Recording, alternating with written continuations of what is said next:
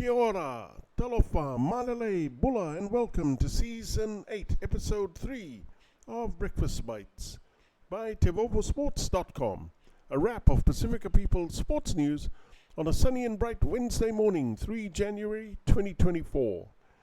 Coming to you with tons of hanisi from the 180th meridian in the middle of the blue continent.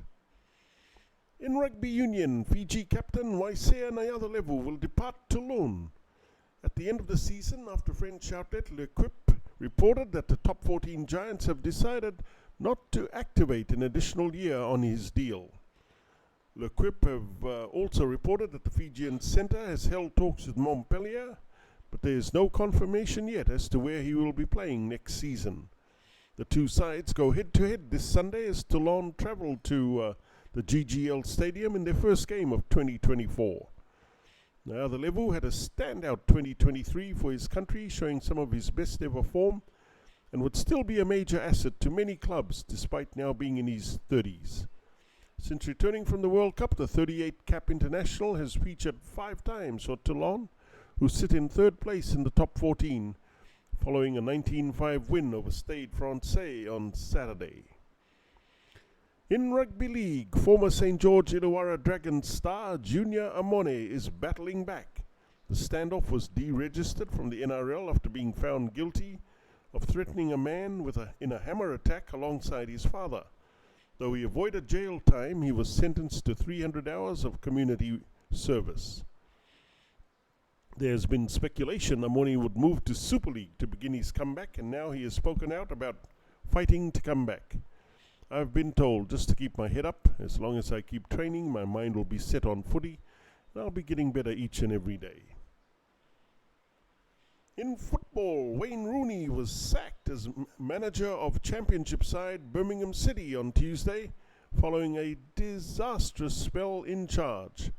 The 38-year-old former Manchester United and England star was appointed in October last year, but oversaw just 2 wins in 15 games, with Monday's 3-0 thumping by Leeds, their 9th defeat under him, proving to be the final straw. Birmingham, who have NFL legend Tom Brady as a minority shareholder, are embroiled in a battle against relegation, slumping to 20th from 6th since Rooney took over. In sports biz, there's pressure, and then there's what Paris 2024 organizers face. After months of turmoil and bad press, including local rioting, corruption allegations, and budget concerns, the heat is on the French capital to not only stage a successful event, but in some respects to restore the Olympic movement. The last half-decade has been a brutal stretch for the IOC. Both the 2020 Olympics and the 2022 Beijing Games were marred by the pandemic and record low US ratings. With the 2032 Games in Brisbane already facing budget problems, a bigger question arises. Are the Olympics beginning to collapse under their own weight and complexity? Instead of being too big to fail, are the Olympics now too big to succeed? In combat sports, finally, WWE legend The Rock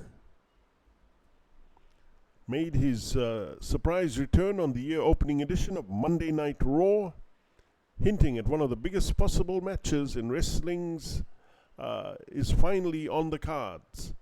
A long-awaited match with the long-time undisputed WWE Universal Champion Roman Reigns, who has lasted over 1,200 days, putting him in striking distance of Hulk Hogan's 1,474-day reign between 1984 and 1988.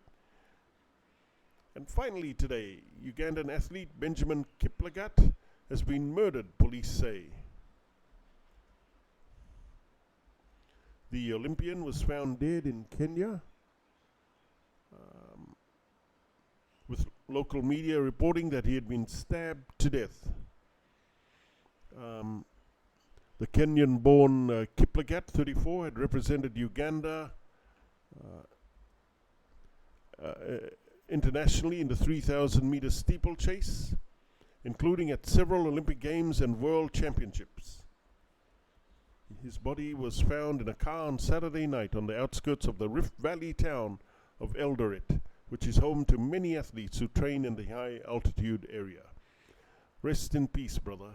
And that's a wrap. For TEIVOVOsports.com, I'm Kaldan Kamea. Please hit the like and subscribe buttons below if you want to receive more Pasifika sports highlights on Breakfast Bites. Mahalo, kakite, and thank you all tumas for all your love and support.